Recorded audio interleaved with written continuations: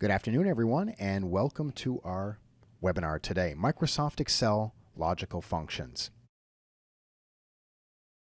So let's get into the topics and see what we're going to cover today.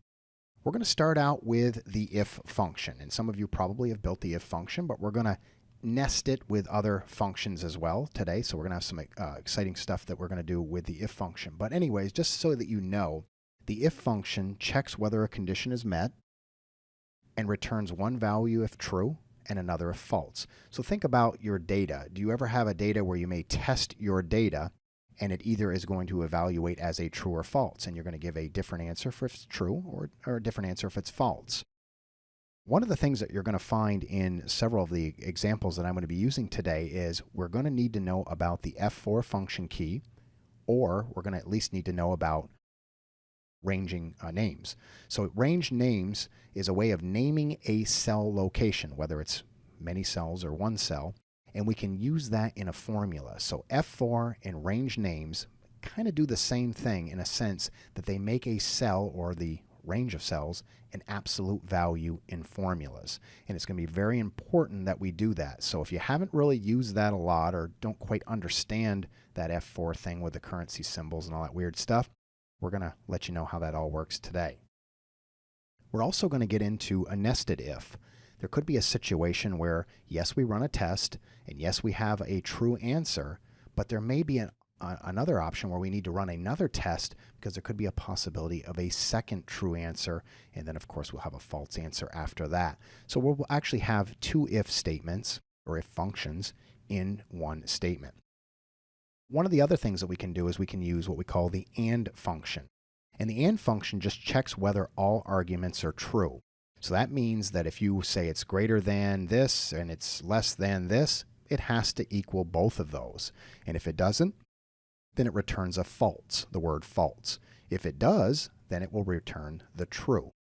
A lot of times, we don't necessarily want the word true or false as the answer, but we need a function that can really look to see if in fact it is true or false. If you don't want just the true or false as the result, then that's when you can come in here and you can use an if function along with the AND function to get exactly the true and false answer that you would like to see. So we're going to build it. We're going to show you the true, the false. And you know, a couple of cool things with the true and false is you can throw the filters on, find all your false, find all your trues, copy, paste just visible cells, and you instantly have that range of cells that we're looking for, or records that we're looking for. The OR function works a little bit differently, kind of along the same lines, but it's going to check whether any argument is true. And if any argument out of all the arguments that you've decided on are true, then it will return the word true. If not, then of course it will return the word false. Now, one that I wanted to add, and I didn't see it in the description, but I certainly want to add it because I use it all the time, is the if-error function. For those of you that have been building functions for many years, way back in the 2003 version and earlier, you might have had to use things such as is-error along with an if, and my God, the function was as long as your arm when you were done. So we don't want to do that. They've really streamlined this, and basically what this does is you probably have had functions that have ended up with an error, divide by zero, an NA, numbers, those type of things. And you don't want that as your answer. You want something different. Well, that's what you can do here. You can decide on if it errors out, what would you like displayed rather than the Microsoft default error. And that's what we'll do with the if error. All right, so we're going to go ahead and I'm going to open up that spreadsheet and I'll show you what we're going to do. And we'll do some little tips and tricks along the way here to help you out as well. I want to start out with this file that we're looking at right here, and I want to give you an idea what we're looking at doing here.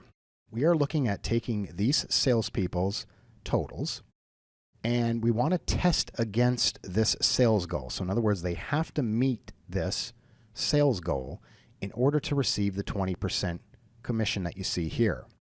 We need something, a function that can test and find out if it's true or not, and then we need a function that can give us the true and give us the false. Now you may notice I have an F4 and I have the name range here because one of the things that we're going to find is, and if you're familiar with building functions and dragging them down and copying the formula down, let's say we built this formula and now I want to copy it down. Well, I originally started with this value here that I'm using in the formula. But when I move down to here, everything should move down one row. It uses what we call relative referencing. And you'll see that in just a minute, but I just want to give you kind of heads up of why I'm going to be naming or using the F4 function key. What happens is this is now going to be looking at taskers totals here in this formula. But these are going to shift down to here and down to here. And we need to stop that. So some of you figured out you could do it this way. If you don't really understand this, you just put the 1850 in all the formulas.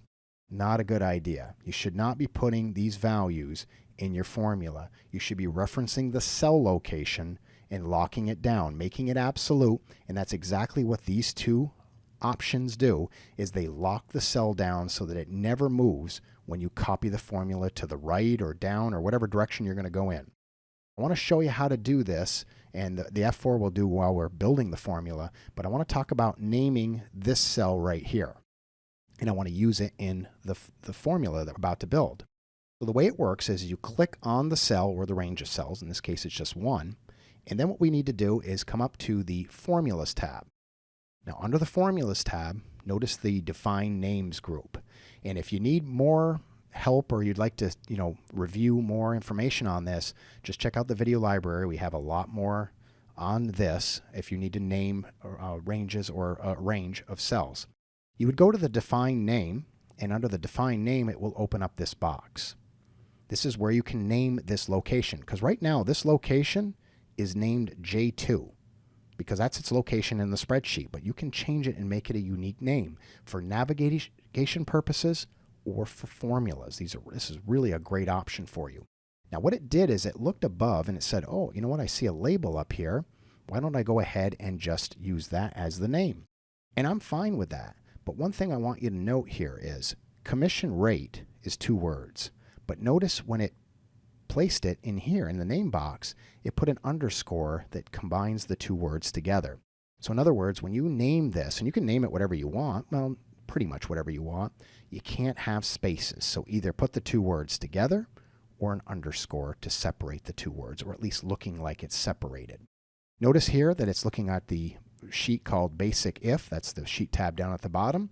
And it's the J2 cell, but it's got those weird little currency symbols right in front of the J and the 2, locking down both the column and row. So if I use this in a formula and I drag down thousands of rows, it does not matter. It will always reference J2.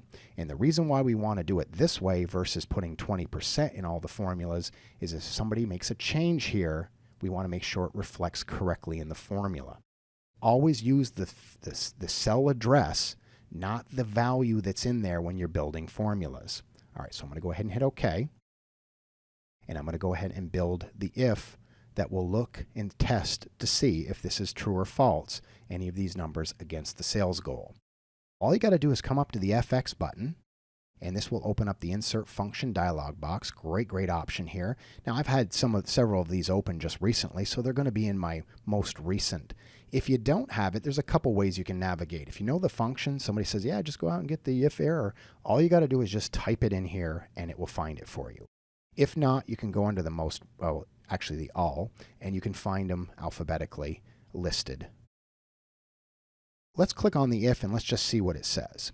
So here is what the function's purpose is. It checks whether a condition is met, so that's the test that we're going to do, and then it returns one value if true and another value if false. Boy, that sounds like it's going to work really well for us. If you need additional help, because this is the first time you built it, and you don't want to ask somebody, you're like, I hate to keep asking for help for this, but I'd really like to kind of know how to do this, you can try the help on this function. This is really a nice one. Microsoft opens up a nice page with some links, a description, examples, all kinds of options for you. So definitely take advantage of that. All right, so I'm going to click on OK. And here are the arguments, or you may want to refer to them as steps, but they are function arguments. And there are 3 that are required here for this function to work completely. You'll see up here in the formula bar just above my functions argument dialog box, we already have the equals, the if, and an open and close parenthesis. So building it in the box is a little bit easier because you can avoid a couple different things, and I'll talk about those as well. So the logical test is any value or expression that can be evaluated to a true or false. This is the test. I'm going to move this down just a little bit here. What are we looking for? I'm looking to find out if this value here, Wilson's total, is greater than or equal to this. Now here's where I've got to make a move, because if I don't, we're going to have a serious situation here. If I just continue right now and I drag this formula down when I'm done with it, it's going to keep shifting down one cell at a time. But with these marching ants going on, you can hit the F4 function key. That's the key way up at the top of the keyboard. And it will put these goofy little currency symbols right in front of the I and right in front of the 2, which locks down both the column and row. It doesn't matter where I drag this formula, I2 will appear in every single function that I build. What happens if it's true? Well, if it's true, let's take Wilson's total and let's apply. So we'll multiply 20%. Now, do you see what happened here is, because I found it, I could click on it and it put the name in there. So it is an absolute reference value. But let's say I couldn't find it.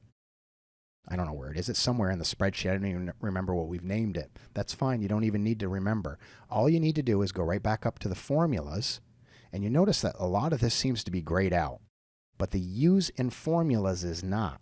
So when you click on the drop down, you can find the commission rate right here. Click on it and it'll put it in. Also, when you're building in this box, you should start seeing results. Look at this. It already knows it's true, and this is going to be the answer before you even leave the box. Now, what happens if it's false? Well, we could do text, we could do numbers, you could do a formula, whatever it is that you would like to do. If you do text, so you want to say better luck next time or whatever you might want to say, you need to put quotes. Now, you're going to find that I'm going to tell you this, but then I'm going to kind of backtrack a little bit later in the webinar here. You do not need to put the quotes in here if you type in text, because if you type in text while you're in the box, it will automatically put quotes there. And that's almost entirely true. You're going to find a little bit later that we in fact will have to, but I'll explain the situation. But for the most part, type in text that you want. When you move off from it, it should put the quotes there for you automatically. I'm just going to put 0 in. I'm going to hit OK. And now I'm going to copy down the formula. Now, one of the things you want to do, definitely always, is check your last answer. I like to double click on the last answer. I like to really open up that function, and I like to see it more visually on my screen, because this is what needs to happen. I'm in row 7, so I better be using David's totals right here, which I am. You can see it right here. And I do not want to move off from these two cells. So I want to include the 1850 and the 20% in my function. And look at that. It certainly is working correctly. Escape key in the upper left of your keyboard is a great way to get out of this, because you are technically in edit mode and you could, in fact, mess up the function or formula that you're using. So there's a basic one, just kind of a single if. Let's take a look at another possibility here.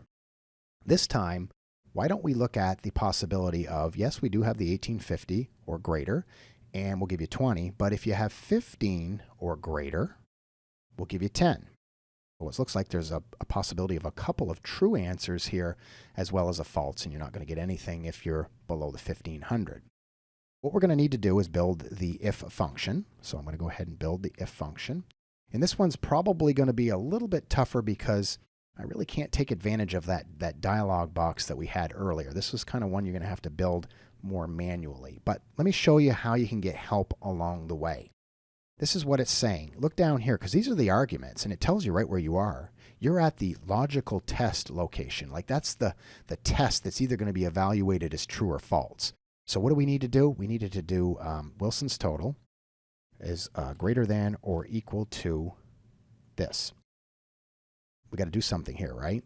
If I don't lock that cell down, as soon as I drag down, it's going to start shifting down and moving each row, one row lower at a time. So this is where I'm going to hit the F4 function key. I'm going to lock it down. Basically, I'm saying, is this greater than or equal to this? That's the test. Comma separates the value. Now notice I'm in the value of true. So if it's true, I want to take Wilson's total and I want to multiply it by 20%. Again, I need to lock down that cell using the F4 function key so that it's not going to move. a comma, and now it wants the false. But you know what? I'm not ready for the false because I still have another test and a possible true. That means you just build another if function in there.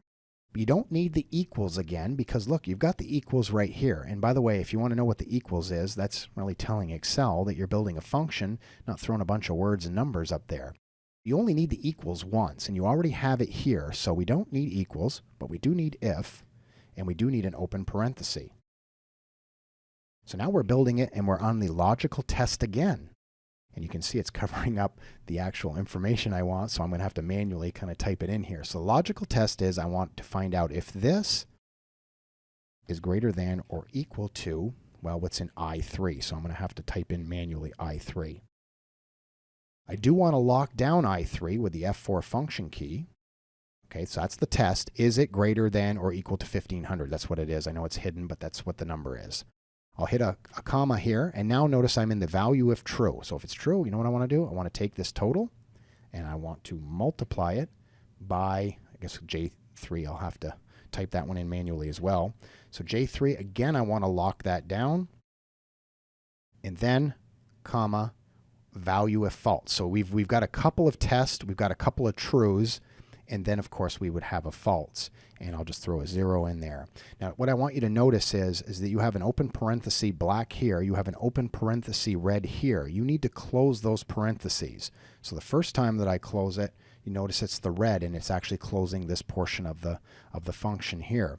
If I hit it again, it's going to give me a black one, and that closes the beginning one right after the first if. So let's see what happens when we do this. Okay, so you see everybody's getting a commission except for David here because you can see that he is below the 1500, and that's why it's not working. Okay, so that's why he's not getting that. So you can see everybody else because on the first one, you saw that we had a couple of people, Tasker and Morgan, did not get this when we had this goal, but it looks like they're going to get the 10% because they meet that 1500 or greater. That's a nested. And you can keep going with this. I don't recommend going much beyond 2, maybe 3 ifs because I think it gets very lengthy and it's time consuming. I would go with a VLOOKUP, have a table, and have it look down the table personally. That's what I would do. All right, so let's get into the and see how that looks. So and is that one that you really need to work with both, right? So it checks whether all arguments are true and then returns the word true if all arguments are true, or otherwise it'll return the word false. And you can do up to 255 conditions. And again, that's really extreme. I would try to see if there was another function or possibility for you than to do something that extreme. All right, so I want to do this with a couple of things because a lot of times, you know, we'll just use text or we'll use numbers, and then people go, well, can you use text or can you use numbers or can you use both or what can you do? So I want to do it with both here, and I want to start out with, you know, looking at the numbers, and then I want to just look at text and show you how that works as well. Remember, it has to meet both conditions. So the first one, we're going to find the and function. So I happen to have it here, but you could type it in. So again, it's going to check whether all arguments are true. And let's see what we want to do here. So the first one that we want to do is we want to check to see if we're going to do numbers here. And we're looking at basically this range of numbers right here. So I have to tell it what cell to look at, right? So it has to look at a cell. So let's say it's going to look at this cell. And I'm wondering if it's greater than or equals to 400. It's saying that it's not. It's saying, no, we're going to give you a false because obviously it's less than 400. But we also have another test that it has to do as well. So remember, this is an and. It has to be both conditions. We're wondering if H3 is less than or equal to 650. So we're going to go ahead and hit OK. And we're going to get a false. We're going to go ahead and copy this down. You can see, like, for instance, 649 is in between 400 and 650, so that looks good. And what we're going to do is we're going to add an if in here in just a minute as well. Let's try it with text now just to see how that works. Remember, it's an and statement, both things. I want to find compact and notebooks. It's got to be both, notebook and compact. So I'm going to go ahead and grab that and statement again.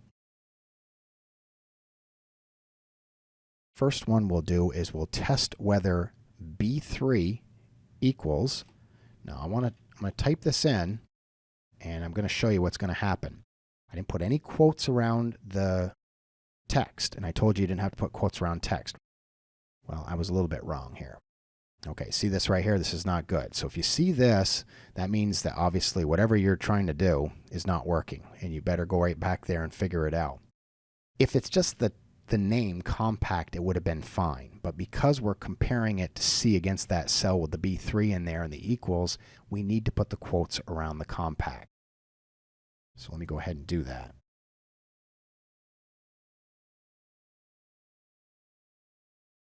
Okay, it seems to like that better. And it even says that's true, which in fact it is. But the other condition that has to be met here is that we want to know if C3 equals notebook. And you can see I'm wrapping the quotes around that so that I won't get that error. And we can continue on. Look, you can continue on to 255 conditions. I'm going to hit OK. And now I'm going to go ahead and copy this down, and we can see, in fact, this is not true because it's a desktop. It says compact. It met that, but it did not meet the notebook in the column C, so obviously it's not a true statement. And just before I add the if in here and change the results so the answers are different or more meaningful or whatever you want to do here, I just want to show you a couple of things you could do. This data, maybe what you're interested in doing is just looking for all the trues. Okay, sure. So by finding it with the formula, which you could do, you could go right up to your data tab and you could throw on the filter. So you can see we got to filter here. We could filter and find just all the trues. And then what you can do is you can copy, and I'm just going to grab probably this, I'll grab this range here. And what I want you to see is when I copy it, what it looks like. It looks like a mess. Look at it. It's like, what the heck's going on here? I even have some hidden columns here. It looks like you can see the grouping option here where I can expand or collapse it. If I was to copy this and paste it, this is exactly what you'd get. What you see is what you get. But it wouldn't be A, B, C, H. It would be A, B, C, D. So you wouldn't know that you were actually missing anything because this is all I'm going to send you. So this is nice. When you filter in Excel, you get visible cells only when you copy it. So when you paste it, you're going to only get these cells, these rows, these columns. So it's really a nice feature and something you might want to consider. Just, maybe the true false is fine just to find what you're looking for and then return it. Maybe you don't even return that that column. You don't even care about the true or false word, but you care about the records that it found. All right, so I wanted to make some changes here because I don't really want the word false in there. I'm thinking maybe the word high-low. Okay, I'll just do something like that. So I'm going to come back up here, and it's really easy. And what I recommend is, and this is how I do it, is I build one function at a time. I get it to work, and then I add the second one in. Because if you build it all as one, unless you really know what you're doing, what happens if you have a problem? What function's the cause of the problem? I don't know. This way you know that you've at least built this correctly. Now all we got to do is just throw an if in here. So let's go ahead and do that. You click on the equals right there just after it. I throw an if in here with an open parenthesis because I need an open and close. And look how easy this is. It's basically like the logical test, the test. This is the test. It either is true or false. All we need to do is a comma. I need a true statement, a comma. I need a false statement. Let me just slide over here. I'm just going to hit that right there. What is the true? Well, let's say it's going to be the word high. Well, I'm going to need to put that in quotes because I am definitely outside of the box here. Comma. Now what's my false is will be low. Again, quote. Remember I have an open black parenthesis. I need to close it. I'm going to hit enter. And let's just copy those down. So maybe I would rather have something else as a return value than true or false. Most of the time you do, unless you just need to filter it and do whatever you need to do with it. Let's try something with this one right here. We'll throw in an if. And let's see, what are we going to do with this one here? Because that's the test. So the true, let's do something like, we could have it return, just to show you, we could have it return this cell value right here. Sure, we could do that if you want. And then if not, I'll just hit a comma.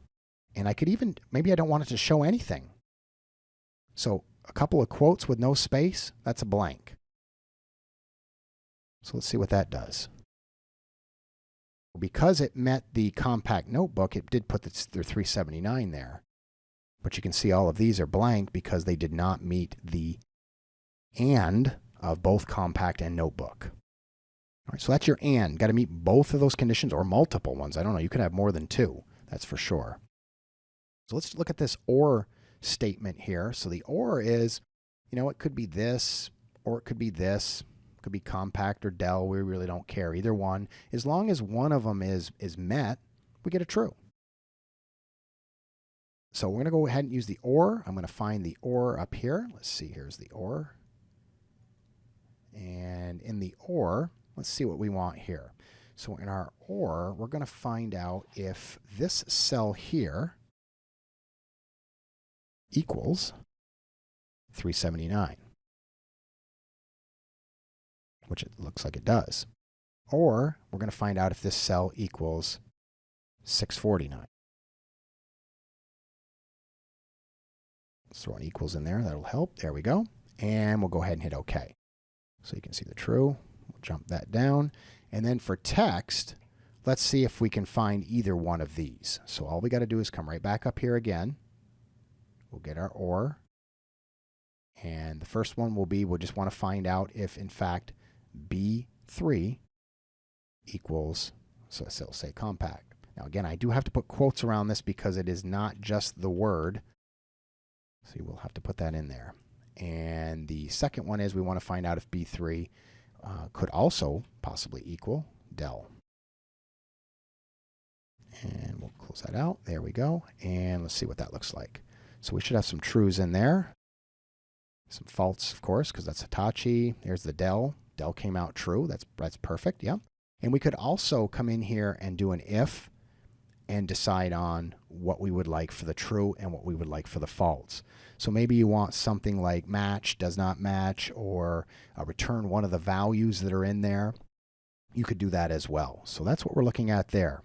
Now I want to get into that last one, which again wasn't on the description, but I think you really like this one if you do run into errors occasionally here and there. And I do want to talk a little bit about the order of operations. So we're going to talk just a little bit about that. I want you to look at this. This doesn't look right here. I don't like that answer at all. And you can see we're dividing by 0, and that causes problems here. So let's take a look at this function or formula or whatever we built here. I'm not sure yet until I click on it to see what it is. Looks like you can see that we took these sales of $1,000, we subtracted it from C6, and we divided it by C5 to find out. So we had 700, we divided by 1,000, we came up with 70%. If you're not quite sure about the order of operations, I don't even think you think these parentheses mean anything? Let's just find out. So if you're not sure, now for those of you that know the order of the operations, you're like cringing going, oh, don't do it. But I'm going to do it. And we're going to, let me undo that. And we're going to see what happens. I would suggest that if you came up with an answer like this, you do not turn this in. Now, everybody would like to have a 99,970% profit, but it's probably not going to happen.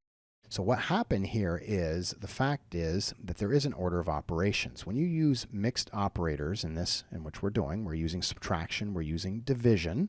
Well, guess what? Division comes before subtraction, unless you throw parentheses around something. So think about logically how you're going to build it. If you're not really sure of the order of operations, throw some parentheses around that, and boy, it makes a huge difference. Let me just undo that. That's probably quicker. What I need to do to get this to figure out and get this to work the way I want it is I need that if error. And it's, like I say, real easy, and it became available in 2007 Excel. Like I was saying earlier, in the 2003, we used to have to build the is error and the if, and it was just an incredibly long function that was very easy to, have an error, or at least not know how to complete it. This one I think you're going to find very easy. All I got to do is I usually just run the function or the formula. In this case, it's just a regular old formula. And then I come right in here after the equals and I type in if error. This is where it gets a little tricky when you already have the parentheses in here, because if error needs a open parenthesis, and at the end of the arguments, it needs a closing parenthesis. But you're probably thinking there's already an open parenthesis. Yes, there is, but it doesn't belong to the if error. It belongs to the subtraction piece, and we do not want to remove that from it because we've got to make sure that the division is not done first. So I need to throw in a open parenthesis. So it does get a little confusing, but look at the red. See the red? That's the inner parentheses, and inner parentheses are calculated first, and then it keeps moving to the outer parentheses. What we're saying here, now look at this, is really easy. So the if error says, you know what? I want to know the value. And if the value is good, I'll display it. But if it errors out, what would you like to see instead of an NA, or in this case, divide by 0? So all you need to do is click right at the end, put a comma in here because you need to separate the values from the value if, and put in whatever you want. If you want 0, close that parenthesis. Let's just copy that over and see if it works. Perfect. If you wanted to put text in there, you could just come right up here and you could put text in here as well.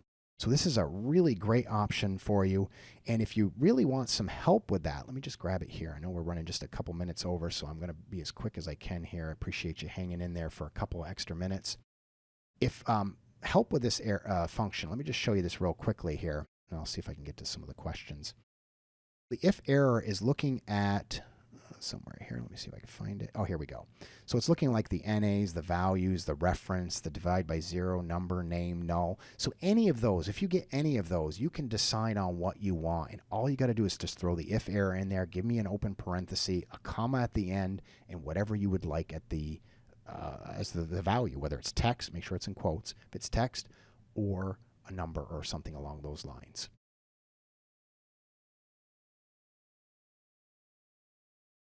Thank you for attending today's webinar, Microsoft Excel Logical Functions.